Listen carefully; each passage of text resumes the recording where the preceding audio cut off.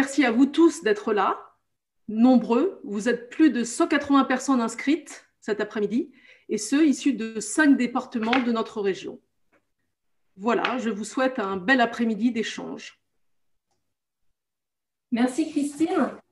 Donc au menu cet après-midi, une table ronde, être acteur pour une alimentation plus durable jusqu'à 15h20, et ensuite une première série de 5 ateliers de 15h30 à 16h30 et une seconde série de 5 ateliers, les mêmes, qui auront lieu donc à partir de 16h30. Donc pour votre information, les ateliers et cette plénière seront enregistrés de telle manière à ce que vous puissiez les retrouver en replay.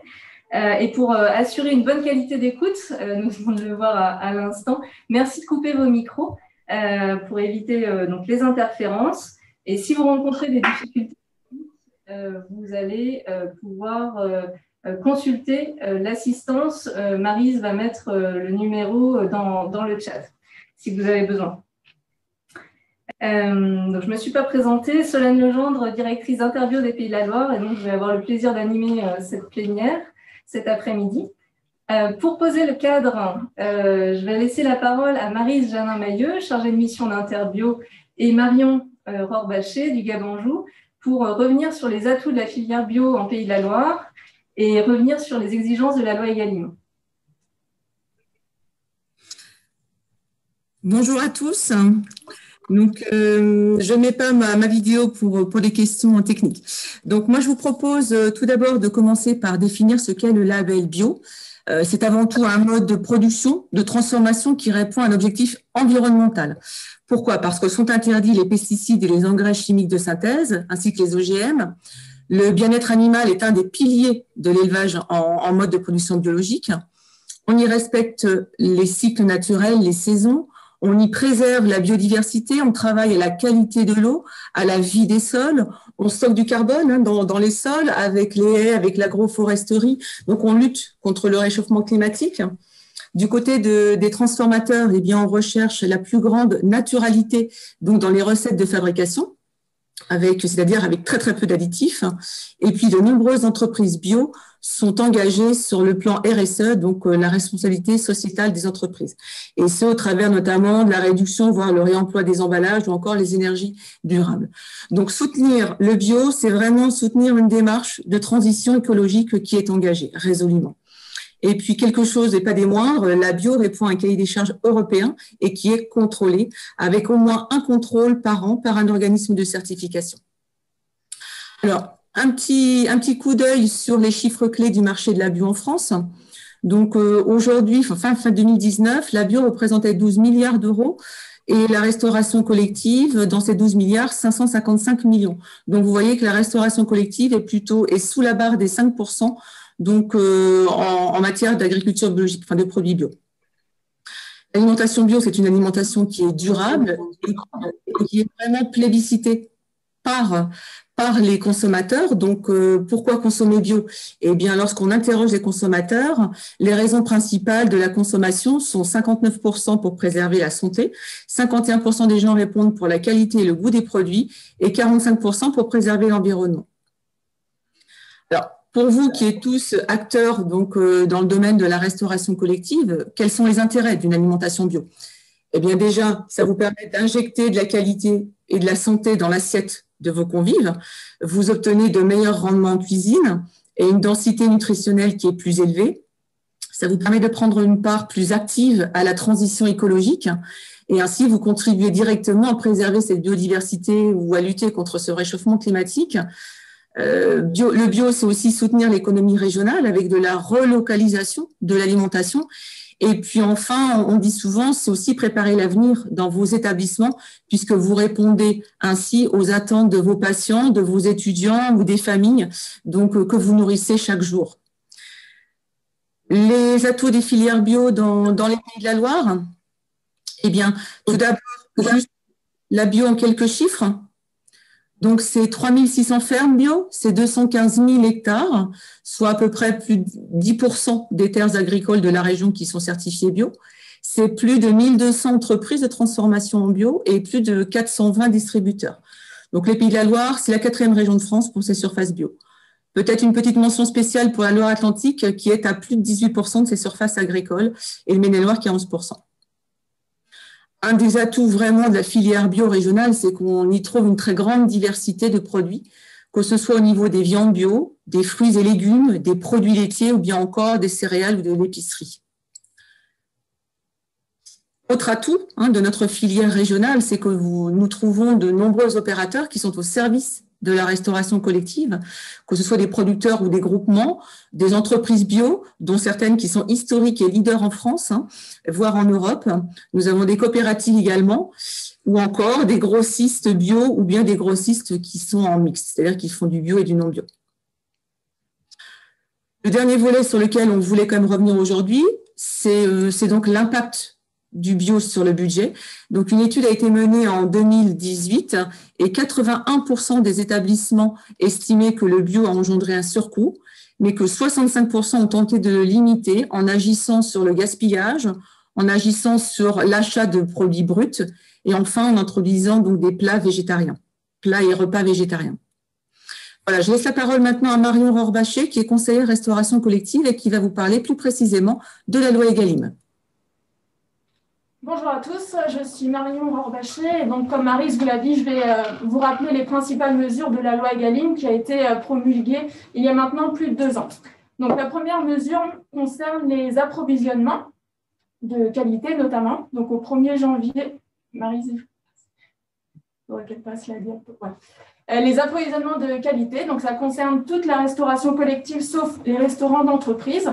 Et au 1er janvier 2022, les achats doivent au moins représenter 50% de produits labellisés, dont 20% de produits issus de l'agriculture biologique. Vous trouverez ci-dessous donc les différents labels qui peuvent rentrer dans le décompte des 50%. Ensuite, autre mesure donc, qui concerne l'information des usagers. Donc, dès la promulgation de la loi, les restaurants collectifs scolaires, universitaires et les crèches avaient pour obligation d'informer sur le respect de la qualité alimentaire et nutritionnelle des repas servis. Et au 1er janvier 2020, toute la restauration collective, sauf les restaurants d'entreprise, doivent afficher au moins une fois par an la part des produits de qualité et durables qui entrent dans la composition des repas. Autre mesure phare de la loi, donc qui concerne la diversification des sources de protéines. Donc, au 30 octobre 2018, les restaurants collectifs servant plus de 200 couverts par jour, sauf les entreprises, sont tenus de présenter un plan pluriannuel de diversification des protéines dans les repas. Et au 1er novembre 2019, pour les restaurants collectifs scolaires uniquement, de proposer au moins une fois par semaine un menu végétarien, donc, qui ne doit pas contenir de la viande ou du poisson, mais peut contenir des œufs ou des produits laitiers. Autre mesure concernant la substitution des plastiques. Donc, au 1er janvier 2020, toute la restauration collective a interdiction de mettre à disposition des ustensiles à usage unique en matière plastique, comme les pailles, les couverts, les gobelets. Et pour la restauration collective scolaire, l'utilisation de bouteilles d'eau plate en plastique est interdite s'il y a un réseau d'eau potable.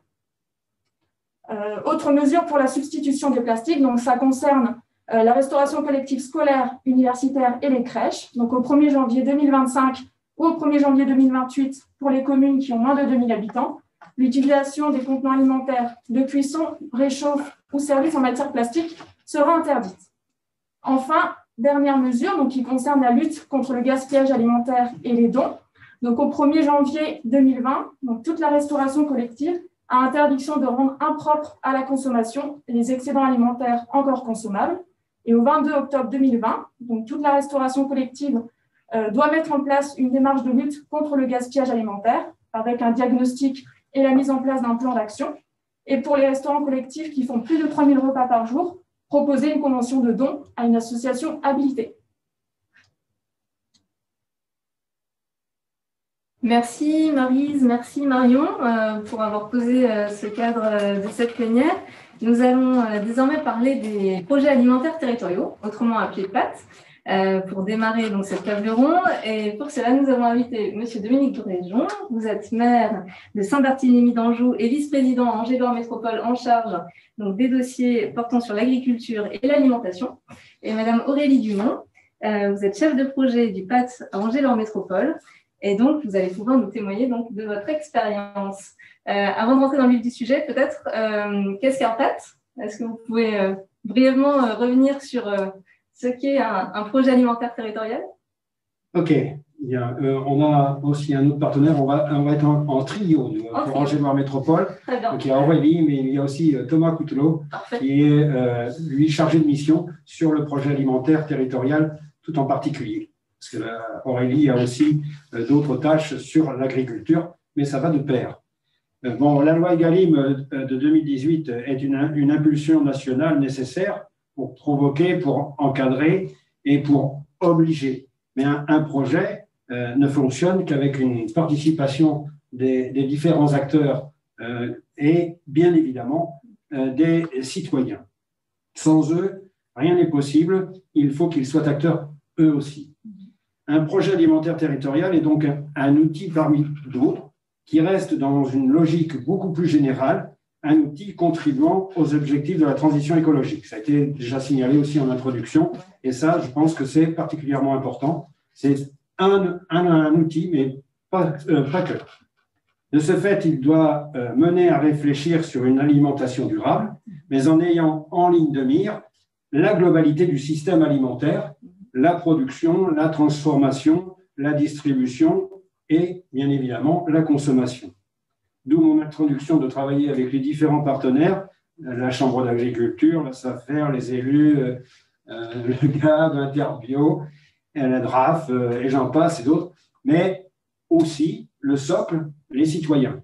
Donc, il y aura forcément à un moment ou à un autre un besoin d'information et d'éducation à ce changement et de favoriser la transition écologique. J'insisterai aussi sur le projet alimentaire territorial d'Angers-Loire Métropole. Ça va rester un exemple, mais pas forcément un modèle, puisque ça sera en fonction, bien évidemment, de chaque territoire. Et là, pour le nôtre, avec pour but de trouver des solutions concrètes aux besoins locaux. Donc, de favoriser l'alimentation saine, locale et durable, c'est ce que l'on a déjà signalé tout à l'heure, une alimentation de qualité pour tous, mais aussi préserver l'environnement et le cadre de vie et de participer au développement économique local. Voilà, j'ai à peu près donné les grandes lignes, on va dire, politiques des affaires.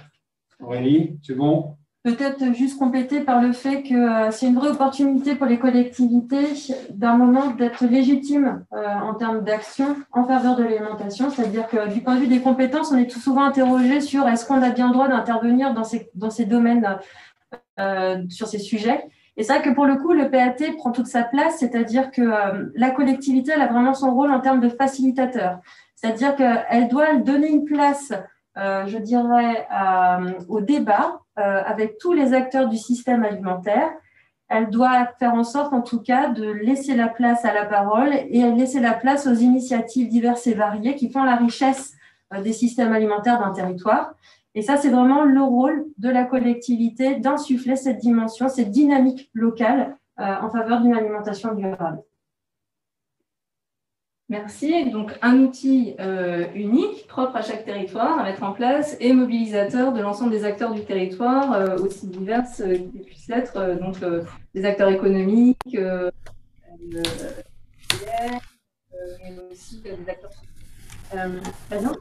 Est-ce que aujourd'hui, donc le PAT a été initié en 2019, me semble-t-il, en Angers-Loire Métropole. Aujourd'hui, quels sont les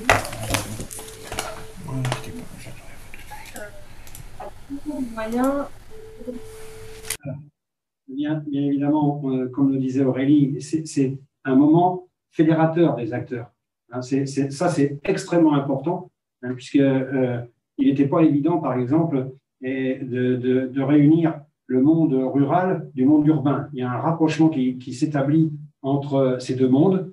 On pourrait faire une petite allusion à notre fable de La Fontaine, le rat des villes et le rat des champs, mais il y a forcément cette connivence-là qui se met en place et qui est tout à fait nouvelle, et il faut en profiter, parce qu'évidemment, on s'aperçoit que les différents partenaires ont une même cause, et ça va dans le même sens. Donc, il y a vraiment une impulsion là, qui est tout à fait nouvelle. Donc, comme le disait Aurélie aussi, il est légitime et cadre l'intervention de la collectivité sur des sujets qui ne sont pas forcément des sujets de compétences pour Angers-Loire Métropole. Hein. C'est un sujet complètement à part. Et bien évidemment, il définit une stratégie, des ambitions et des objectifs. Et de ce fait, évidemment, il faut aller beaucoup plus loin et de ce joli papier, on va dire, et il faut arriver aux actions, évidemment, bien concrètes. Donc aujourd'hui, c'est un petit peu la démarche qui a pu être entreprise, justement, pour mettre en place ce PAT. Quelles ont été un petit peu ces étapes clés mobilisatrices de l'ensemble des acteurs donc, qui ont été évoqués pour construire un petit peu cette démarche collective et partenariale? Donc, c'est vrai que nous concernant, on a eu la chance, je dirais, d'avoir un partenariat assez fort avec les professionnels agricoles qui nous a à un moment questionné sur le rôle à jouer dans cette dimension production alimentaire. Et c'est vrai que c'était le fait qu'on avait cet échange privilégié avec le monde professionnel, cet échange nous a vraiment permis à un moment de se dire, eh bien, il faut qu'on puisse avancer sur l'objet alimentaire en particulier. C'est transversal à tout plein de thématiques et il faut pouvoir le porter. Et donc, en fait, nous, ça fait très longtemps au final qu'on se pose ces questions-là. C'est-à-dire dès 2018, on a intégré le fait de pouvoir lancer ce type de projet. Donc, pour ce faire, on a eu la chance de bénéficier d'un appel à projet de la région. Donc, il y en a de nouveau un là qui est en cours. Donc, un appel à projet PAT qui nous a permis d'avoir et de bénéficier d'une subvention pour être accompagnés par un bureau d'études qui nous a aidés à élaborer notre état des lieux, nos forces, nos faiblesses, à pouvoir mobiliser un certain nombre d'acteurs pour pouvoir écrire ensemble cette ambition, nos objectifs, la finalité, je dirais, un peu globale de ce projet. Donc, parallèlement à ça, on a également, à un moment, on s'est posé la question de laisser la place aux citoyens. C'est-à-dire que le consommateur final, il faut aussi qu'il puisse s'exprimer. Et donc, pour ce faire, nous avions élaboré un questionnaire qui nous a permis justement d'identifier quelles étaient les attentes, déjà les pratiques, puis les attentes en matière d'alimentation. Et ça nous a donné, nous, pleinement légitimité à avancer sur certains sujets et à bien les inscrire, je dirais, dans notre projet final, le projet alimentaire territorial. Donc, une fois que nous avions bâti notre finalité, qu'on avait identifié nos ambitions et les opérations qu'on souhaitait conduire, il a fallu finement, je dirais, écrire étape par étape comment on allait pouvoir décliner opérationnellement le projet. Et donc, pour ce faire, à nouveau, nous avons travaillé avec l'ensemble des acteurs qui ont répondu présents sur l'année 2021 pour bâtir concrètement des fiches actions opérationnelles. De là, nous avons tout de suite interpellé nos partenaires pour savoir ce qu'ils étaient en capacité de réaliser avec nous à nos côtés. Et donc aujourd'hui, pour l'année 2021, nous sommes, je dirais, complètement dans cette phase de lancement opérationnel des opérations. Avant de revenir peut-être sur justement les actions concrètes et quelques exemples, est-ce que sur l'ambition portée par aujourd'hui Angers-Loire Métropole, d'un point de vue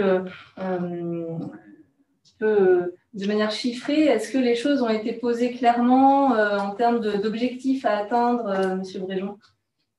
Oui. Alors, comme on le disait tout à l'heure, le fil rouge, c'est en permanence, si on veut renforcer un système alimentaire, il faut que ça soit forcément avec la transition écologique.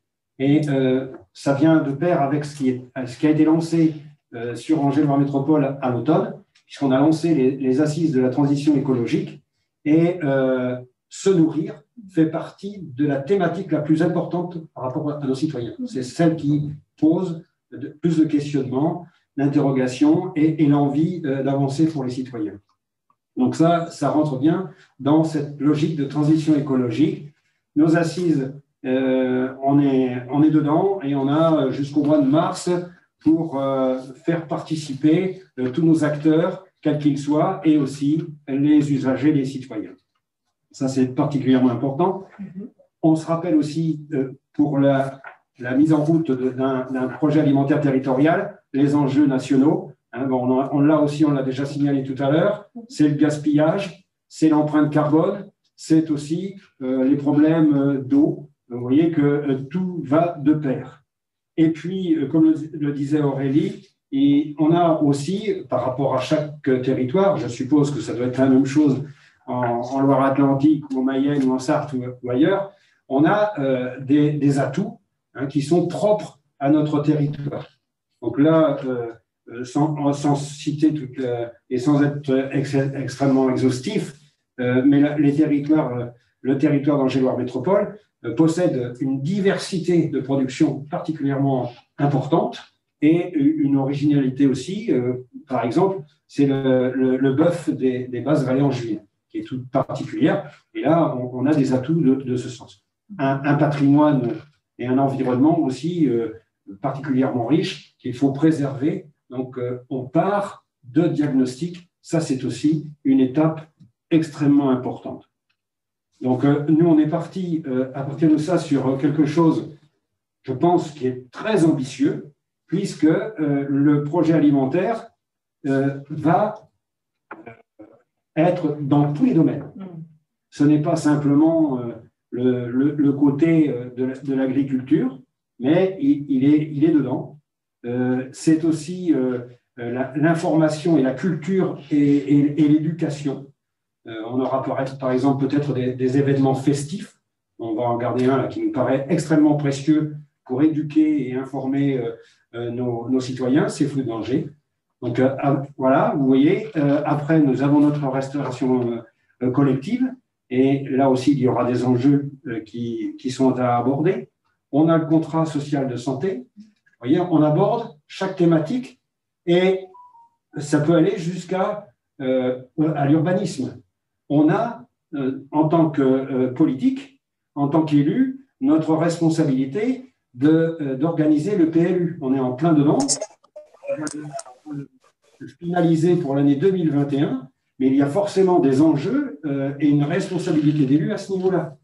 Ça peut aller bien évidemment sur la distribution et on a le marché d'intérêt national sur notre territoire. Là aussi, il y a des enjeux pour les déplacements, pour la production bio et de travailler avec eux. Je fais vite fait le tour, mais en fait, vous voyez, on n'est pas resté simplement sur une thématique, mais on veut aborder toutes les thématiques. Et le nombre d'actions, évidemment, va s'en ressentir et extrêmement important. Et là, je vais laisser un petit peu l'inconnu, parce qu'il faut qu'on laisse un peu les ateliers travailler sur ce sujet-là. Rappelons qu'effectivement, vous avez un atelier consacré donc au pas d'Angers-Loire Métropole qui suivra. Donc effectivement, pour les personnes qui sont intéressées, vous allez pouvoir approfondir en tout cas ces différents axes que vous venez de nous développer. Donc effectivement, en termes d'ambition, moi du coup j'ai sous les yeux un certain nombre de données chiffrées sur effectivement votre intention à l'horizon 2030 de doubler la surface agricole de doubler au moins l'autonomie alimentaire du territoire, d'atteindre 100% d'alimentation durable, donc 1% de bio dans l'assiette.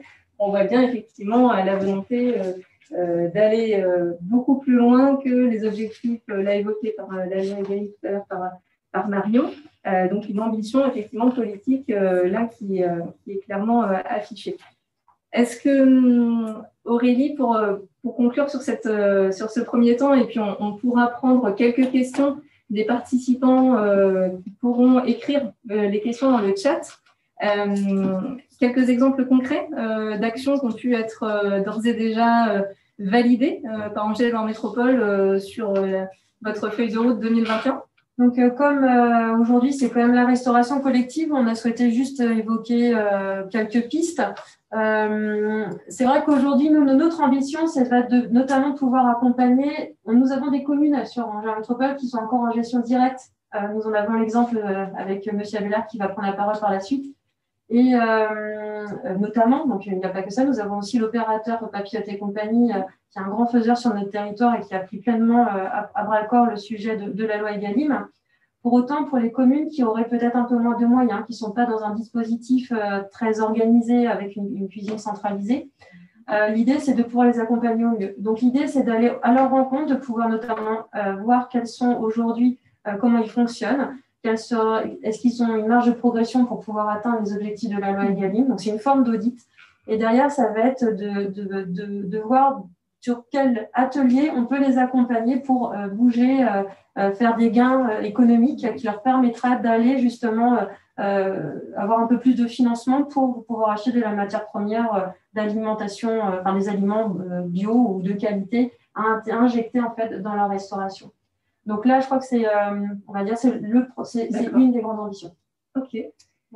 Merci Aurélie. Alors on voit bien l'importance et les différents rôles que la collectivité peut prendre au travers donc d'Impact, au travers de ces différents leviers d'action, à la fois sur la question de la planification, sur la question de l'accompagnement technique, sur la question du financement aussi des acteurs. Donc c'est un outil véritablement là qui peut fédérer l'ensemble des acteurs, et c'est en ça aussi que cette table ronde est intéressante, puisqu'on va avoir différents prismes dans les témoignages pour voir quelle place finalement ces acteurs sur le territoire peuvent prendre autour de cette question de la restauration collective.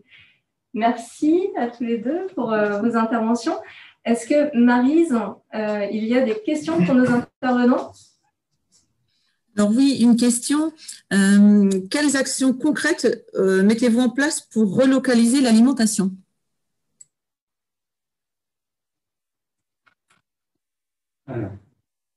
Bonne question. Donc aujourd'hui, on a la chance, notamment pour ça c'est vrai que c'est un atout sur le territoire. Nous avons un mine sur lequel en fait transitent énormément de denrées.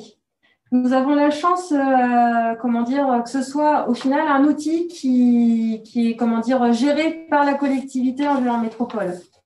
On voit très bien que c'est un outil par lequel, en fait, en termes de volume, il y a énormément de marchandises qui passent en fait par cette plateforme de distribution, qui permet de rendre visuel, je dirais, les productions locales. Et l'un des objectifs, notamment pour essayer de rendre encore plus visible et de laisser plus de place, je dirais, à ces productions qui sont produites localement et de qualité chez nous, ça va être notamment de travailler à une forme de box, box fermée. Alors, c'est très à la mode, c'est-à-dire avoir un espace qui serait dédié aux producteurs locaux, qui leur permettrait justement d'être un peu plus, visuellement d'être identifiable et permettre à toutes les personnes qui s'approvisionnent directement aux mines de bien identifier ces producteurs locaux. Si je peux prendre la suite aussi, relocaliser l'alimentation, c'est aussi rendre accessible cette alimentation aux consommateurs. Et donc, on a une action qui va consister à faire un état des lieux des points de vente sur le territoire pour remarquer s'il y a des secteurs où il manquerait des points de vente. Et du coup, par la suite, on mettra en place les actions qu'il faudra pour combler ces manques, pour que chacun puisse avoir accès en grande proximité à une alimentation de qualité. Parce que dans notre enquête alimentaire qui a eu lieu en 2019, on a vu que les gens étaient vraiment en attente d'une grande proximité pour les lieux d'achat et de points de vente. Merci. On peut… Oui. Autre question, le code des marchés publics n'est-il pas un obstacle à la relocalisation ? Alors là on est deux élus au moins, voire non, on est même plusieurs personnes impactées. Il est évident que ça, c'est un sujet qui sera d'importance et qu'il va falloir mener auprès de nos élus un peu plus haut que nous pour pouvoir résoudre ce problème. Mais ce n'est pas résolu pour l'instant. Sur la question donc, des marchés publics, hein, il y a un atelier dédié tout à l'heure. Donc, si vous êtes intéressé par ce sujet-là, je vous invite à le suivre. Je pense qu'effectivement, il y a de nombreuses questions qui tournent autour de ces aspects juridiques qui peuvent être souvent un frein, effectivement. Merci pour votre témoignage. Nous allons poursuivre un petit peu, mais toujours sur le territoire angevin. Une séquence qui s'ouvre cette fois-ci sur la traduction de la notion d'alimentation durable dans la restauration collective, et ça, quelle que soit la taille en fait, des organisations. Nous avons donc l'exemple d'une cuisine en gestion directe pour la commune du Plessis-Grammoire et celui d'une cuisine en gestion concédée avec Papillote et compagnie. Donc, de la même manière que nous allons procéder sur la question, sur le temps d'échange, je vous invite donc à écrire vos questions dans le chat et nous les prendrons à l'issue de ces différents témoignages. Monsieur Abélard et Monsieur Lemoine, bonjour. Bonjour. Vous êtes respectivement donc maire du Plessis-Grammois, commune de l'agglomération Angine, je le disais tout de suite, et responsable de la restauration collective dans cette même commune, Monsieur Lemoine. Peut-être pour commencer, Monsieur le maire, est-ce que vous pouvez nous présenter brièvement quelques chiffres, quelques données voilà, votre restauration scolaire principalement, du coup, présenter un petit peu les choses en termes d'activité. En 2 mots, on est une commune, donc on fait partie d'Angivore Métropole, on est une commune de 2400 habitants environ, même un petit peu plus aujourd'hui. On a 2 écoles publiques, une école maternelle d'environ 100 élèves et une école élémentaire de 200 élèves. Donc ça nous fait un bassin scolaire de 300, à peu près 310 élèves.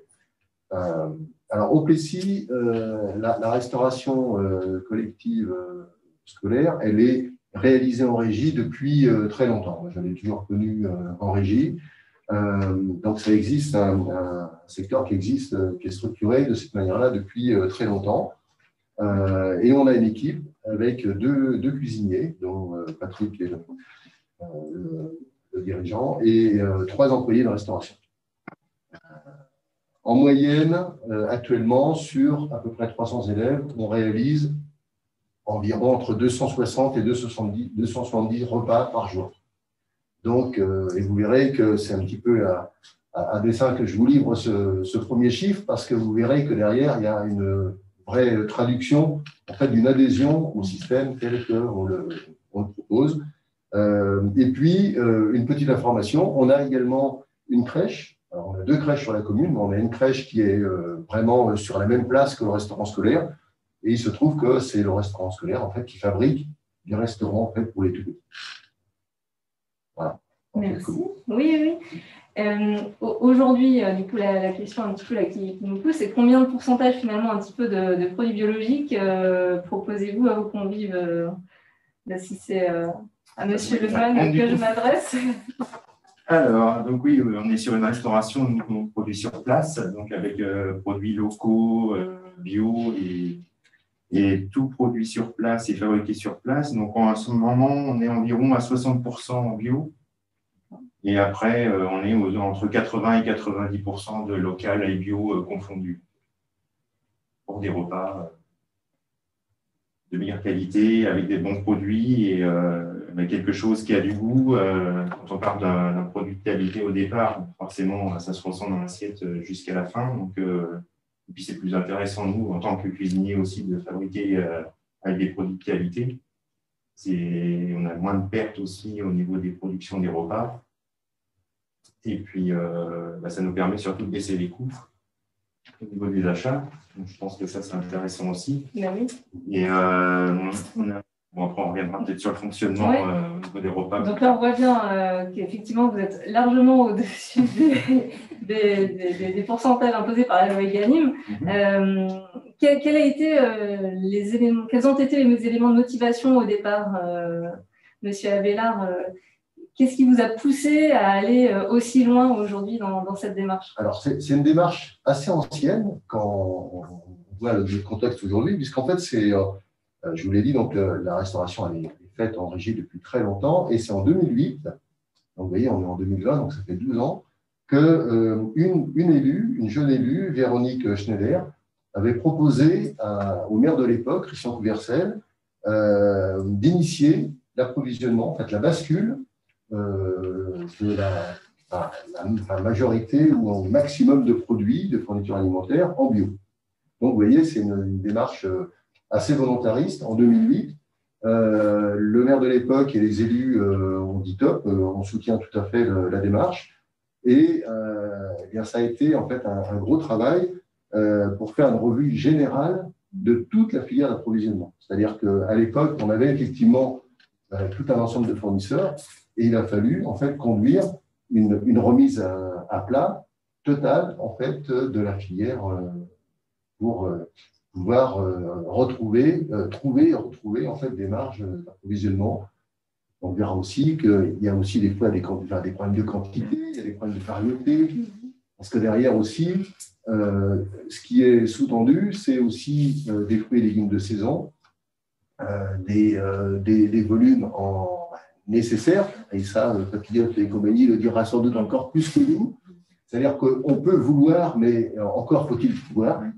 Et ça, effectivement, je dirais que depuis 2008, le gros atout, c'est qu'on a pu montrer que, alors avec du temps, il a fallu au moins 1 an de travail approfondi pour le réaliser, mais que avec cette volonté de se remettre à niveau, on arrivait quand même à faire cette bascule quand même assez forte.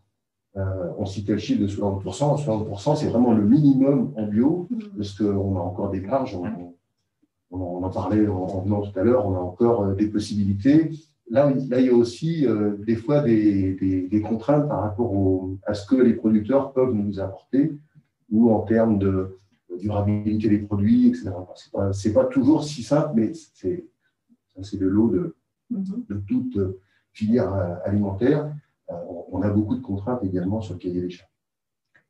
D'accord, donc finalement, au point de départ, donc une impulsion politique, une remise à plat finalement du process, du mode de faire, et donc concrètement sur la partie de l'approvisionnement, aujourd'hui, comment est-ce que vous procédez? On voit du coup que ça peut être une limite ou une difficulté. Comment est-ce que vous arrivez à vous sourcer vos produits? Là, c'est vrai qu'actuellement, on a une grande partie de fournisseurs avec qui on travaille depuis un certain temps, qu'on a produit au fil du temps, souvent par bouche à oreille, ou des producteurs qui font des marchés, qui entendent parler, etc. Et quand on se renseigne aussi auprès des professionnels, ils ont quelquefois des contacts ou des voisins qui produisent aussi, etc. Donc, on essaie de trouver des adresses comme ça.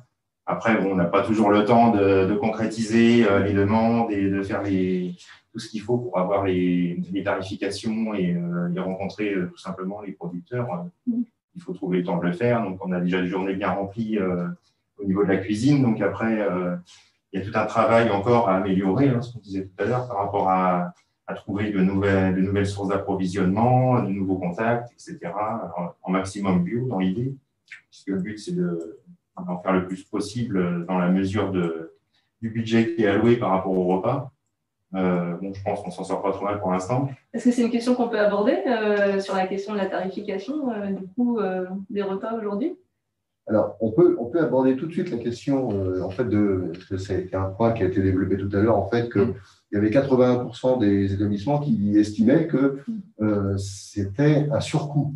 Alors, moi, je pense qu'il faut qu'on aille vraiment au fond du sujet là-dessus, à la fois pour dire les choses clairement, pour lever aussi des ambiguïtés, parce que ce qu'il faut voir, c'est effectivement sur le coût matière, lorsqu'on, de manière générique, on s'occupe à s'approvisionner avec des biens de meilleure qualité, effectivement, eh bien, ça a un coût plus élevé. Mais en fait, la partie de fourniture alimentaire, c'est un élément. Après, à la cuisson, et là, c'est Patrick qui pourrait le dire bien mieux que moi, une viande de meilleure qualité, c'est une viande qui se tient. Des légumes de pot-au-feu, des carottes et des pommes de terre bio, ça se réduit à la cuisson beaucoup moins qu'une pomme de terre ou une carotte gorgée d'eau et où on va perdre 50% de matière. Donc, on peut effectivement avoir un surcoût matière à l'origine. L'important, c'est le coût final. Et en quantité, on a des gains sur les quantités qui peuvent être assez importants sur les quantités. Et évidemment, donc, ça se ressent sur le coût final du repas. Nous, ce qu'on a constaté, c'est que depuis plusieurs années, on a toujours un budget alimentation qui reste à peu près entre 50 et 55 000 euros par an sur notre commune. Alors, je n'ai pas le nombre de repas qu'on produit chaque année, mais vous voyez, je vous ai donné à peu près 270 repas rations par jour. Et c'est un budget qui évolue très peu. Donc, ça veut dire que ce n'est pas cet élément-là qui va être déterminant, c'est toute l'architecture en fait de ce qu'on propose, parce qu'il y a effectivement donc une meilleure qualité, moins de pertes, Et puis après, on va pouvoir détailler aussi la partie centrale, la confection, le service à l'assiette, l'éducation au goût, enfin, tous les autres éléments qui contribuent à des repas de qualité tels qu'on essaie de le mettre sur le territoire. Et dans cette approche globale, justement, il y a un certain nombre d'actions que vous avez pu conduire concrètement sur la question de la lutte contre le gaspillage alimentaire. Voilà, du coup, c'est moi qui vais repartir là-dessus. Oui, on a une démarche globale en fait au niveau des repas que nous servons pour pouvoir avoir, on essaye d'amener les enfants à gérer leurs déchets, le gaspillage, gérer la portion en fonction des appétits aussi. On essaye de faire un service à la carte finalement pour les enfants. Celui qui n'en veut pas beaucoup, ça ne sert à rien de lui remplir une assiette de fruits qu'il va mettre à la poubelle. Et inversement, donc en fait, on équilibre la qualité des produits, la quantité achetée, donc il réduit le coût du fait qu'on limite énormément les déchets en prenant beaucoup de temps humain, on va dire, avec les enfants pour leur apprendre à limiter les déchets, à gérer la portion qu'ils sont capables de manger et de limiter un maximum en fait le gaspillage du fait de servir une portion unique à tout le monde qui, un coup sur deux, va finir peut-être à la poubelle parce que les enfants n'aiment pas ça ou n'aiment pas le produit en lui-même parce que généralement les repas fonctionnent bien. Après, ça reste des enfants, il y a des repas appréciés, des repas moins appréciés. Donc, on a toute une démarche par rapport à ça. On a une démarche aussi de développement durable par rapport aux emballages, tout ce qu'on peut acheter en grosse quantité, tout ce qui est fromage individuel emballé, on limite au maximum. On va plutôt privilégier un fromage entier qu'on va couper nous-mêmes, etc., pour limiter les emballages. Les yaourts, c'est pareil, tout ce qui est produits laitiers, quand on peut avoir en grosse quantité, et pour limiter tout ce qui est pots en plastique, etc., au niveau du déchet, à recycler et tout.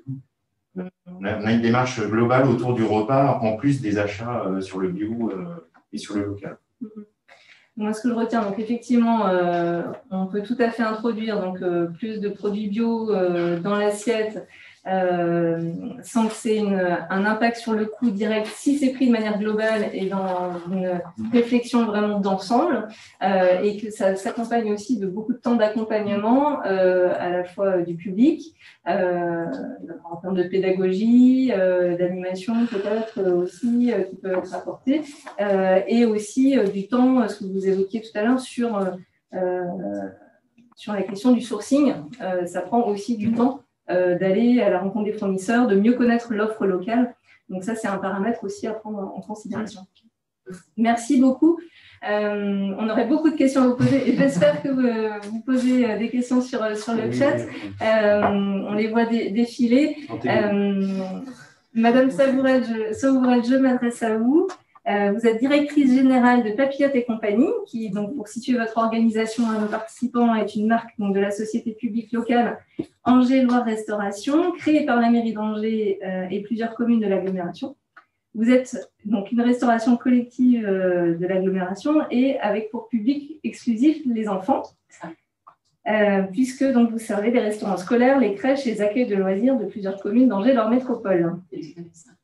Papillote et compagnie s'était fixé d'atteindre les objectifs de la loi Egalim dès 2020 sur la question des approvisionnements, et donc on va voir ensemble comment vous y êtes pris.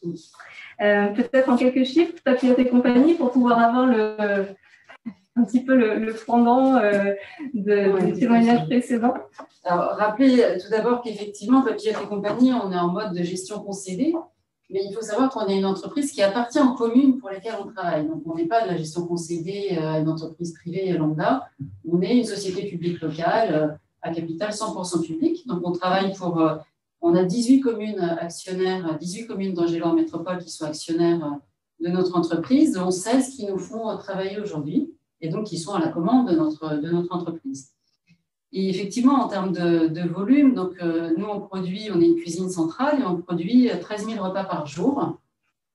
Et puis, donc, pour nous situer sur nos logiques d'approvisionnement, effectivement, aujourd'hui, on est à 21% d'achats en produits bio et 49% d'achats en local. En local, dans un rayon de 150 km autour de notre cuisine centrale. Avec des variations, puisque 16 communes, évidemment, On a des communes qui demandent un peu plus de qualité ou un peu plus de bio que d'autres. D'accord, ça se passe à la carte. Comment ça se passe? On a quatre gammes en fait, de qualité sur nos prestations. Et donc, les communes choisissent des gammes plus ou moins élevées par rapport au pourcentage de bio, au pourcentage de produits locaux, à l'origine France. D'accord. Donc, en fonction un petit peu là, de l'ambition aussi politique, on pourrait voir derrière, il y a à la carte finalement une commande possible en termes de et un choix possible. Du coup. Oui. D'accord. Par rapport à ces objectifs aussi de la loi Egalim qui sont atteints et dépassés, comment vous y êtes pris concrètement pour en arriver jusque-là? Et puis, au travers de votre stratégie à long terme, vous envisagez d'aller encore beaucoup plus loin? Oui, tout à fait. Alors, rappelez qu'effectivement, nous, le bio compte beaucoup pour nous parce que c'est une attente des parents d'élèves et de tous les enfants qui déjeunent, effectivement, papillotes et compagnie.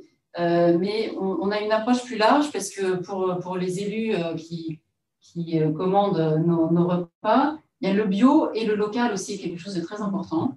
Donc, effectivement, on regarde la question de l'alimentation durable à travers le bio, le local, l'origine France, parce que pour certains élus, c'est important. Et en termes de qualité, c'est aussi un repère en fait, pour les parents des enfants qui déjeunent chez nous. On regarde les labels aussi, le label rouge, les labels bleu-blanc-cœur, avec des approches plus responsables sur l'agriculture. On regarde la question des exploitations qui sont classées en haute valeur environnementale aussi, pour toute la démarche progrès dans lesquelles elles s'inscrivent. Et puis, la question des produits moins carnés. Également, c'est une demande, c'est une attente. On y va progressivement sur notre territoire, mais ça fait partie des éléments sur lesquels on est attaché. Et effectivement, ça répond en fait à la fois à la demande des parents d'élèves, les parents des enfants qui sont nos convives, de nos élus, et c'est aussi, ça répond à notre démarche d'entreprise. On a un projet d'entreprise dans lequel on implique nos salariés et qui est très axé sur la transition écologique et la réduction de notre impact environnemental. Donc ça, c'est aussi un point qu'on prend en compte. Alors concrètement, comment on s'y prend? J'ai envie de dire qu'on commence par le début, c'est-à-dire qu'on s'engage. Donc on prend des engagements.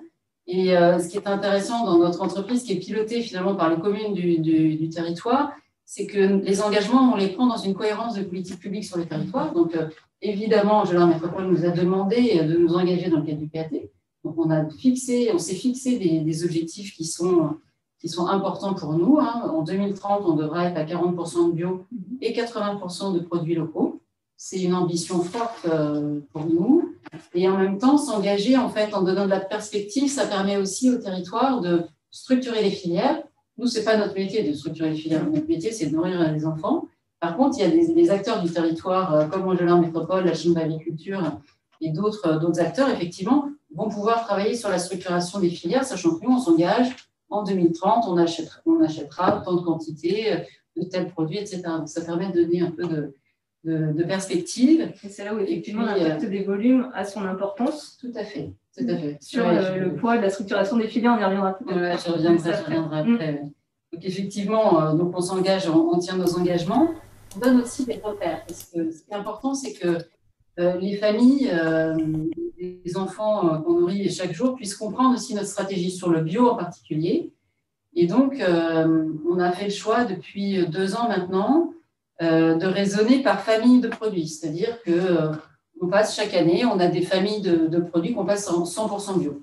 Les pâtes, la semoule, les pommes, les féculents, les légumineuses, les œufs. Voilà. Donc, on passe chaque année, on progresse et on a... Donc 100% de nos ovoproduits qui sont en bio. Et donc, ça donne des repères et c'est beaucoup plus simple pour les familles de comprendre notre stratégie.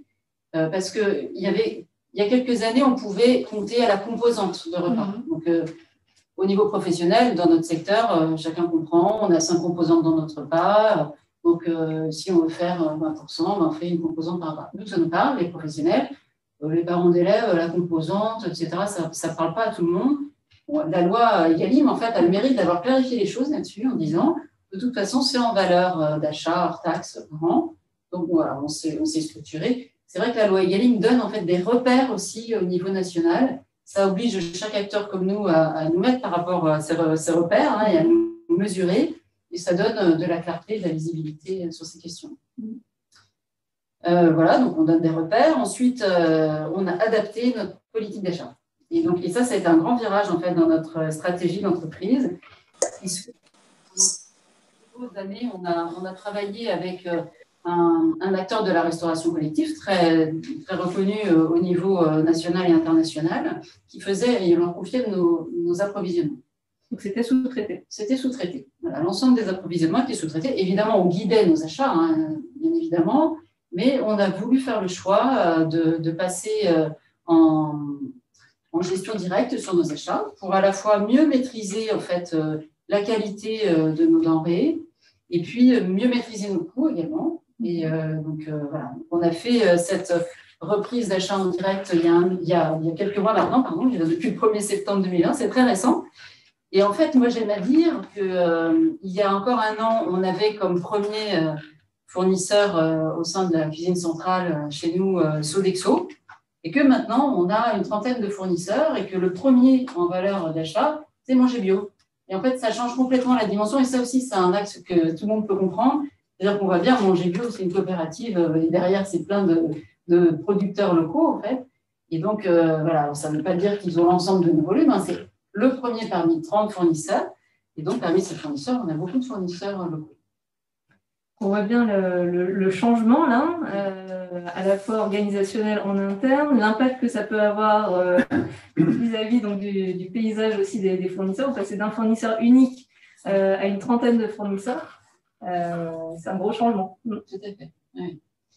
Et puis, dans la stratégie, il y a aussi la question du coût. Vous l'avez évoqué tout à l'heure, monsieur le maire, mais c'est vrai que, évidemment, faire acheter des produits de meilleure qualité, si à côté on ne fait rien, forcément, c'est un coût supérieur. Mais en réalité, et je vous rejoins complètement sur finalement la stratégie, c'est-à-dire qu'en agissant pour limiter le gaspillage alimentaire, et bien du coup, on réalise des économies financières qu'on peut assez rapidement en fait, réinjecter dans une meilleure qualité de produits. Et puis, il y a la question des techniques culinaires aussi, que vous avez évoquées, qui jouent énormément. Il y a des études, enfin nous, on le voit au quotidien comme vous, c'est-à-dire il y a des études au niveau national qui sont faites. Si on prend l'exemple de la viande, le rendement sur la viande, alors chez nous, on fait un service, voilà, on est près de 700 kilos de bœuf, c'est du bœuf par exemple, un service pour à midi, c'est on passe, effectivement, on doit servir 700 kilos de bœuf. Et donc, le rendement, si on perd 30% de la matière brute quand on la passe en cuisson, c'est énorme. Et plus on prend de la viande de qualité, et meilleur est le rendement. Donc, finalement, notre taux de perte, ce n'est pas à 30%, évidemment. Et bien, il peut passer à 15%, à 10%. Il y a toujours un peu de perte. C'est sur des gros volumes, c'est important. Mais ça joue énormément. Et finalement, la viande, par exemple, qui a les meilleurs taux de rendement, alors selon des études nationales, c'est la viande label rouge. Alors, le surcoût, finalement, d'achat d'une viande en label rouge, on le rattrape en réalité parce qu'on a des meilleurs rendements. Et ça, c'est vraiment important. Et ça, c'est vraiment nos cuisiniers, en fait, qui l'apportent. Vous le disiez tout à l'heure, mais c'est nos cuisiniers qui apportent toute cette technique culinaire qui, finalement, nous fait gagner de l'argent et nous permet d'avoir des produits meilleurs qualité. Donc, c'est au travers de ce savoir-faire qu'on peut aussi, bien sûr, mettre en avant la qualité de nos produits et donc travailler différemment. Avant de passer à un second temps d'échange et donc prendre les questions qui ont pu être postées sur le chat, une question à tous les trois. Pour vous, c'est quoi le facteur un peu clé de réussite de ce type de démarche pour introduire plus d'alimentation, pour aller vers une alimentation plus durable? Un élément qui, pour vous, est vraiment… Moi, je viens démarrer. Moi, je crois, je suis peut-être la plus à l'aise pour le dire, mais c'est d'abord la volonté politique.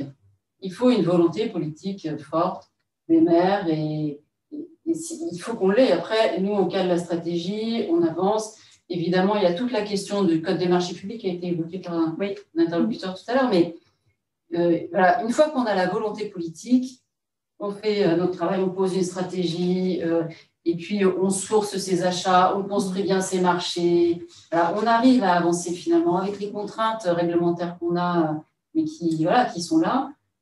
Mais voilà, on arrive à faire avec une volonté politique forte.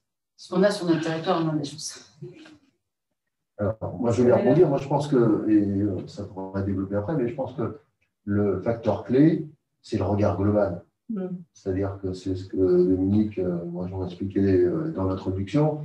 En fait, sur la thématique de l'alimentation, on ouvre l'ensemble des problématiques et c'est le couteau suisse. On parle de tout.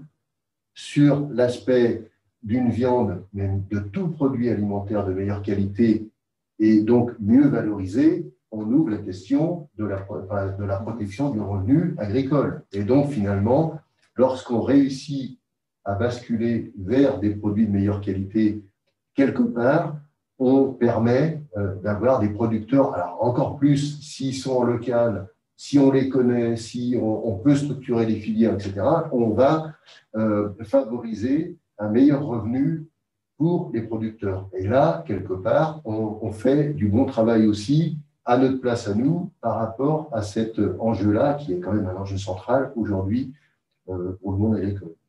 Effectivement, ça c'est un point essentiel, la répartition de la richesse sur la chaîne d'acteurs, la relocalisation de l'économie sur le territoire, c'est un point effectivement essentiel. Est-ce que Monsieur Lemoine, vous voulez compléter? Je vais juste compléter, mais ça va un peu appuyer tout ce qui a été dit avant. Je pense que si on a les bonnes consignes, les bons éléments et les soutiens qui vont avec, j'ai envie de dire, après, notre métier de cuisinier, on l'adapte aussi.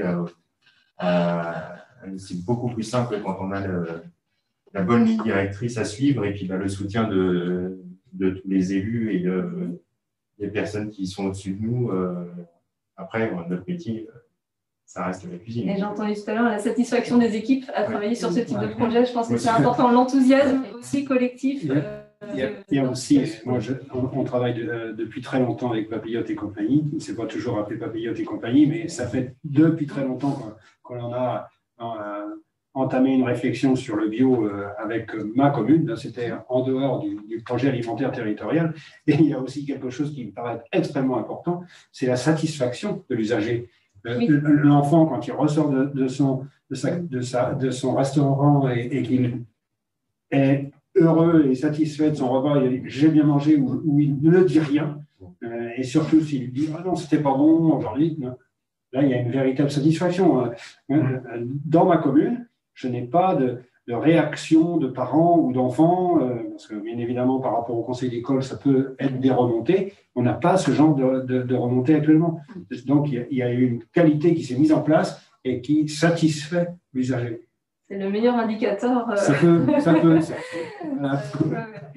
Merci pour vos témoignages. Maryse, est-ce que nous avons des questions pour nos intervenants? Alors oui, on a un bon nombre de questions. Alors notamment, Monsieur Abélard ou Monsieur Lemoine, quel est le prix de revient de votre repas? Y a-t-il une aide de la mairie pour aider les parents sur le tarif? Et quelle communication avez-vous pu mettre en place depuis 12 ans aux familles pour expliquer votre démarche? Alors, moi, je peux vous donner le coût complet du repas. Je ne l'ai pas. J'ai le coût matière par repas. Vous voyez, en 2019, on était en coût matière à 1,84 et le dernier chiffre qu'on avait en 2020, c'était 1,64. Vous voyez, ça peut fluctuer quand même sur le coût matière. Après, effectivement, on a une partie matérielle parce qu'effectivement, une cuisine, il faut tout l'équipement nécessaire. On a un coût humain également, parce qu'on a une équipe qui est quand même assez importante, parce qu'effectivement, préparer n'importe quel repas, il y a beaucoup de temps de préparation, d'épluchage. Si on ne prend pas effectivement des fromages sous emballage, on est obligé de passer plus de temps pour la préparation. Mais globalement, vous voyez, le dimensionnement de l'équipe, alors qu'on a des effectifs scolaires qui augmentent, n'a pas bougé. La partie matérielle, on avait des investissements qui ont été faits en temps et en heure et on renouvelle régulièrement, on fait un soutien matériel régulier et en coût matière, je vous l'ai dit. Donc en fait, Sur le coût, on pourra, si certains d'entre vous le désirent, transmettez vos coordonnées et on pourra faire des échanges après cette journée pour avoir des échanges directs sur des informations complémentaires qu'on pourrait vous donner. Mais globalement, le dispositif tel qu'il est organisé, il tient dans la durée avec une augmentation du nombre de repas. Voilà. Donc ça c'est Patrick, vous voulez rajouter? Non. Donc, globalement, vous aviez un autre élément dans votre question? Non. La communication. Une aide communale. Qu'est-ce que c'est un service communal? Ça veut dire que toute la partie, ce n'est pas une aide, ce n'est pas une subvention apportée, c'est la mairie qui a qui apporte le service. Voilà, qui gère le service, donc qui finance les équipes, le matériel, etc. Voilà. Ouais. Et sur des éléments plus pratiques, on pourrait vous les transmettre en direct. D'accord. La communication auprès des familles, comment est-ce que vous avez communiqué votre démarche auprès des familles? Alors, à l'origine, ça avait été fait, effectivement. Le virage prix, il avait été expliqué. Et puis, régulièrement, on essaye de faire une communication auprès des habitants. Alors, les conseils d'école, c'est effectivement des temps importants pour avoir un retour. Mais je dirais que la satisfaction des enfants, vous l'avez en direct tous les jours. Au quotidien. Voilà. Et puis, de temps en temps, on a aussi quelques rappels par rapport au journal de la commune. Ah oui. On a les informations de la commune. Quelquefois, on a des rappels par rapport à la restauration. Mais oui, le plus important, c'est le retour en sortie direct. de repas, en direct, des enfants qui ont mangé. Pour Papa Pilote et compagnie, la question de la communication auprès des familles, comment c'est géré? On communique de différentes manières. D'abord, les communes en direct peuvent communiquer à travers leur site internet ou les journaux des communes. Nous-mêmes, on a un site internet, on est présent sur les réseaux sociaux depuis quelques mois, donc on transmet aussi un certain nombre d'informations. On communique à travers les menus aussi. Hein. En fait, le menu, c'est souvent... donc là, je parle en direction des parents, sur la communication en direction des parents. Le menu, c'est quand même ce que regardent les parents. Donc, on affiche les différents logos sur les produits sur le menu. Donc, c'est une manière de montrer la qualité de nos produits. Et après, on a des animations auprès des enfants. Donc, on communique auprès des enfants dans les restaurants scolaires en faisant venir des intervenants, soit pour lutter contre le gaspillage, soit en faisant venir des producteurs locaux. J'en parlerai sur le code des marchés publics parce que c'est aussi une manière, en fait, dans les critères de sélection, de demander des animations, c'est aussi une manière finalement de permettre à des producteurs locaux de rentrer sur nos marchés. Voilà une astuce intéressante à avoir en tête. Donc, un petit teasing là pour aller pouvoir témoigner dans l'atelier des codes des marchés publics. On a des questions pour Madame Sauvourel. Combien d'employés avez-vous pour 10 000 repas par jour? Fonctionnez-vous comment gérez-vous les liaisons froides et cuisines centrales? Est-ce qu'il y a une perte nutritionnelle des aliments? Et peut-on connaître également le coût de denrées par repas? Oui. Alors, on est en liaison froide, effectivement. Et puis, au niveau du nombre de salariés, on est 205 salariés au sein de Papillote et compagnie, mais il faut savoir qu'on assure le service des repas pour la mairie d'Angers. C'est une grosse mairie, donc on a 150 serveuses. Ce qui fait qu'en fait, en nombre de cuisiniers ou de salariés de production, c'est-à-dire qui interviennent en cuisine, en gestion de magasin, en logistique, sur la livraison, etc., on a une équipe de 30 salariés pour 13 000 repas par jour. Et puis, le dernier volet de la question, c'est le coût matière. Nous, on est en moyenne à peu près à 1,70. Et comme je vous le disais, on a des gammes de prestations qui varient. Donc, évidemment, entre la qualité attendue, le coût matière peut varier. Mais en moyenne, il est à peu près à 1,70. En liaison froide, à J+3 ou J+5? On est pour l'instant en J+1. Et avez-vous suffisamment de producteurs locaux ou bio? Alors ça, c'est une grande question. Parce que aujourd'hui, je vous disais, on a 49% de nos achats qu'on fait en local. Il y a la question des volumes, qui est une vraie question chez nous. Hein. Je donne l'exemple souvent des épinards. On fait un menu poisson épinard, par exemple. Nous, les épinards, c'est 1,2 tonne pour un service. 1,2 tonne, vous imaginez bien que déjà, on ne peut pas faire des épinards frais. Parce que je ne sais pas si vous imaginez, c'est le volume. Hein, donc, on fait des épinards du coup qui sont congelés. Je rentre un peu dans l'exemple, mais c'est assez parlant. Voilà, mais du coup, donc forcément, ils sont congelés. Et alors, si on veut des épinards congelés bio, il faut trouver du coup le fournisseur. Et typiquement, si je prends l'exemple de la surgélation sur notre territoire, la surgélation sur des produits bio sur notre territoire, il y a un petit peu de lacune en fait. Donc, il y a des produits, on est obligé d'aller les chercher plus loin. Mais voilà, donc la question, elle est très large en fait, et il faut y répondre par la finesse en fait, parce que c'est produit par produit, et c'est d'ailleurs tout l'intérêt de travailler en lien avec un projet alimentaire territorial, parce qu'il faut vraiment affiner en fonction de nos besoins d'achat et de nos volumes d'achat. Parce qu'après, je vous parle de la quantité, mais je peux aussi vous parler de l'homogénéisation des produits. En ce moment, on a un grand débat chez nous parce qu'on n'est pas satisfait des fleurettes de brocolis. Parce que comme on s'adresse à des enfants qui sont petits, évidemment, il ne faut pas des fleurettes trop grosses parce que ce n'est pas du tout agréable pour les enfants. Donc, on est en train de travailler avec notre fournisseur pour avoir la bonne taille de fleurettes, mais toutes ces questions-là, et il faut que ce soit homogène. Il ne nous en faut pas des grosses fleurettes, puis des petites et des moyennes. Il ne faut que des petites. La taille des pommes, par exemple. Sur les pommes, on y arrive bien. On est sur un territoire où il y a de la pomme bio. Donc, nous, ce qui nous intéresse, c'est des petites pommes, parce qu'on veut que les enfants mangent le fruit directement à la bouche. Donc, il nous faut des petits calibres. Voilà, donc, il y a toutes ces questions-là qui jouent. Il faut vraiment raisonner par produit, finalement. Alors, une question également pour la métropole. Concernant justement les producteurs, quelles actions menez-vous pour avoir plus de producteurs sur votre territoire? Est-ce qu'il y a des aides directes aux producteurs? Quels sont les outils que vous souhaitez activer? Du coup, alors c'est vrai que sur la question des producteurs bio, alors, je rappelle juste que nous, on est vraiment au tout démarrage. Donc, ça veut dire que justement, c'est un des chantiers qu'on ouvre en 2021. Ça va déjà d'expertiser en gros, parce qu'aujourd'hui, il faut comprendre qu'il y a plein de programmes qui aident à l'installation en agriculture de manière générale. Nous, ce qu'on a identifié, ce qu'on sait, c'est qu'aujourd'hui, par exemple, une personne qui s'installe en agriculture, aujourd'hui, généralement, le projet, c'est une installation en bio, une installation en conventionnel, c'est à peu près la proportion sur notre territoire. Et ensuite, par rapport au profil de l'installant, c'est une personne qui est plutôt issue du monde agricole et sinon une autre personne qui n'est pas justement issue du monde agricole. Donc, on a deux types de profils pour deux types d'installations. Et après, bien sûr, il y a plein de productions. Donc, une fois qu'on s'est dit ça, c'est justement nous de pouvoir expertiser aujourd'hui quels sont les accompagnements qui sont existants, qui sont déjà financés par plein de dispositifs nationaux et européens.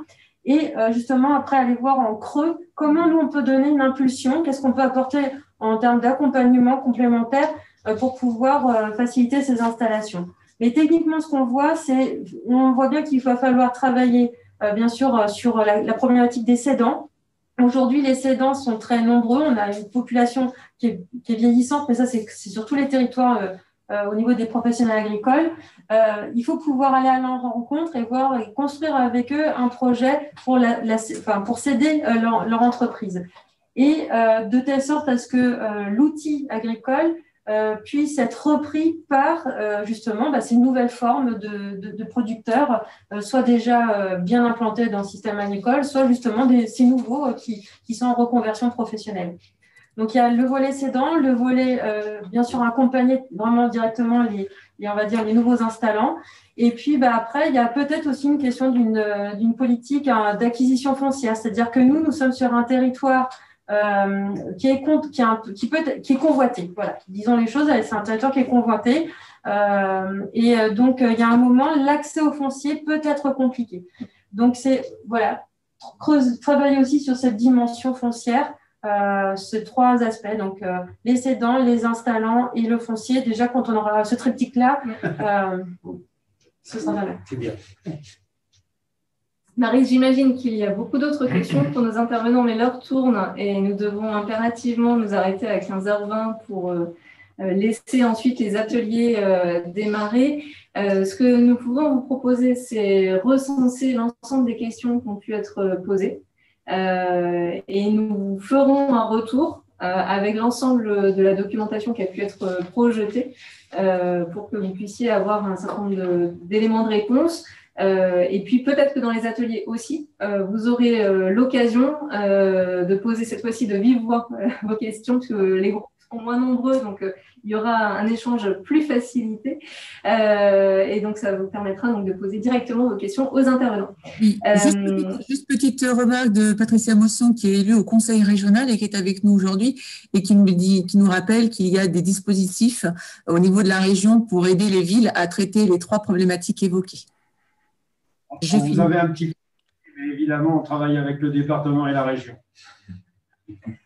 Merci Maryse pour effectivement cette précision. Pour conclure du coup cette plénière, nous voulions quand même aborder les différents éléments d'accompagnement des établissements de restauration pour aider à la mise en œuvre de la loi Egalim. Aujourd'hui, un certain nombre d'acteurs en région Pays de la Loire sont à votre disposition pour vous accompagner dans vos projets.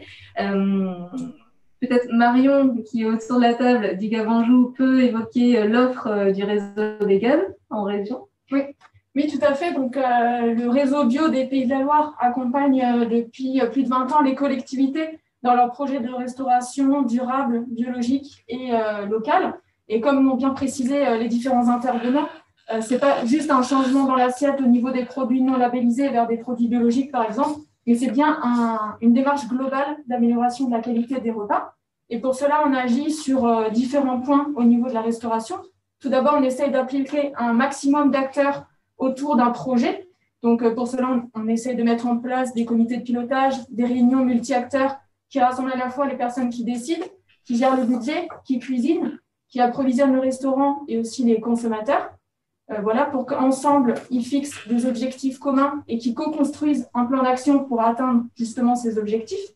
On propose également des visites de restaurants collectifs qui sont déjà modèles sur certaines thématiques comme le gaspillage alimentaire, les approvisionnements de qualité, pour que du coup, les cuisiniers puissent voir d'autres exemples de restaurants. Ensuite, on accorde également une grande importance à l'accompagnement des équipes restauration. En général, on commence par faire un diagnostic cuisine pour voir le fonctionnement global du restaurant. Et on essaye d'avoir des données sur les moyens humains, financiers, matériels, si le restaurant travaille déjà en direct avec des producteurs, la part de produits labellisés. Ça nous permet aussi de faire un suivi et un accompagnement personnalisé des équipes pour justement les amener à changer certaines pratiques pour aller justement vers une amélioration de la qualité des repas. Et puis, on peut également être en appui pour les cuisines en gestion directe comme en gestion concédée sur la rédaction et le suivi des marchés publics pour bien prendre en compte les différents critères de la loi Egalim. Et on est également en lien avec un réseau de formateurs pour justement proposer des formations aux équipes de restauration à la fois sur la cuisine alternative, les menus végétariens, mais aussi la cuisine évolutive pour tout ce qui est cuisson des viandes, aussi l'éducation alimentaire au goût, voilà, pour que les équipes aient des outils pour justement améliorer la qualité des repas. Et ça peut être aussi de l'animation de groupes d'échange entre cuisiniers pour déjà, à l'échelle d'un territoire, que les cuisiniers puissent se connaître entre différents établissements, voilà, favoriser l'interconnaissance, mais aussi l'échange de pratiques et de recettes, voilà, pour toujours améliorer la qualité des repas. Et puis, bien sûr, si on veut mettre plus de produits de qualité, il faut se mettre en lien avec les producteurs du territoire ou alors les plateformes. Et du coup, pareil, le réseau bio peut vous mettre en lien avec ces acteurs. Et nous, on accompagne également les producteurs à la base qui souhaitent livrer la restauration collective. On leur propose soit des formations ou également des groupes d'échange pour qu'ils puissent répondre à la demande de la restauration collective. Et enfin, s'il y a eu un changement dans les cuisines, un changement de manière globale dans la collectivité, il faut aussi qu'il y ait une sensibilisation des convives pour les accompagner au changement dans les assiettes. Donc pour cela, on peut aussi proposer des animations pédagogiques pendant le temps du repas, soit sur des thématiques, soit en lien avec le producteur qui va livrer le restaurant collectif, par exemple. On peut aussi proposer des visites de ferme pour les convives, mais aussi les équipes de restauration, pour qu'ils puissent rencontrer les fournisseurs du territoire, bien comprendre les spécificités de l'agriculture biologique et tout simplement voir comment l'agriculteur va également travailler. et puis également mettre à disposition des outils pédagogiques ou des outils de communication, voilà, pour communiquer sur le projet d'amélioration de la qualité des assiettes. Donc voilà, c'est vraiment un changement global, comme l'ont bien dit les différents intervenants, sur lequel le réseau bio des Pays Gallois accompagne les collectivités, mais il y a également d'autres acteurs que Solène a cités. Merci Marion. Donc effectivement, pour dresser le panorama des acteurs en région, je cite d'autres effectivement possibilités d'accompagnement, bien sûr par le réseau donc des chambres d'agriculture et le réseau local, le réseau de formateurs donc de cuisine nourricière et également les chargés de mission agriculture et alimentation dans les collectivités qui peuvent aussi bien sûr être en appui. Concernant là, un petit peu la boîte à outils, donc les questions qui reviennent souvent, c'est où est-ce que je peux trouver donc des fournisseurs bio. Il était prévu à la conception de cette journée un salon des fournisseurs bio. Il n'a pas pu du coup être réalisé au vu là, des événements que vous connaissez. Donc, par rapport à ça, nous avons mis sur pied un catalogue des fournisseurs bio qui s'étaient inscrits à cette journée, donc que vous recevrez d'ici quelques jours. En tout cas, tous les participants pourront recevoir donc, ce catalogue ainsi que le guide des opérateurs qui a été mis à jour pour l'occasion. Donc, vous aurez ainsi l'annuaire de tous les fournisseurs bio donc de la région. Et puis, vous avez un certain nombre de sites internet, aussi des portails qui permettent de mettre en avant donc l'offre de produits bio ou bien des sites internet mixtes où ils mettent en avant donc les produits locaux. Par rapport à ça, on vous donne rendez-vous en 2021, Interbio, à un salon professionnel régional de la bio que nous souhaitons organiser et où un salon effectivement vous permettra d'aller à la rencontre donc, des différents fournisseurs régionaux qui travaillent donc des produits bio. Dans la boîte à outils, nous souhaitions aussi porter à votre connaissance le fait que Interbio les Interbio au niveau national portent donc un label, le nouveau label Territoire Bio Engagé, qui permet donc de valoriser pour les collectivités soit les surfaces agricoles certifiées bio au-delà de 10%, et ou les établissements qui permettent donc d'avoir au moins 20% en valeur de produits bio dans leur menu. Donc, si vous souhaitez plus d'informations, je vous invite à consulter le site internet. Et donc, nous sommes aussi à votre disposition pour répondre à toutes vos questions. La plénière touche désormais à sa fin. Un grand merci à tous les intervenants. Les témoignages étaient particulièrement intéressants et je suis sûre qu'il y a beaucoup de questions qui n'ont pas malheureusement pu vous être posées directement.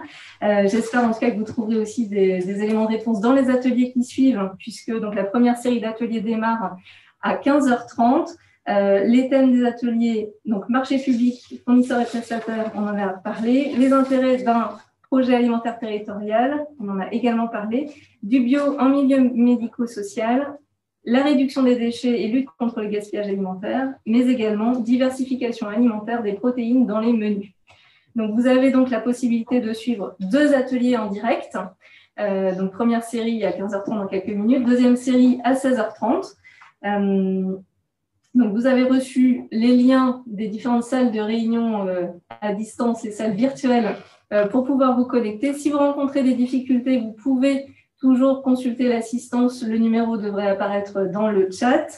Merci beaucoup pour votre participation, votre écoute. Bonne poursuite des échanges dans les ateliers et à très bientôt. Au revoir.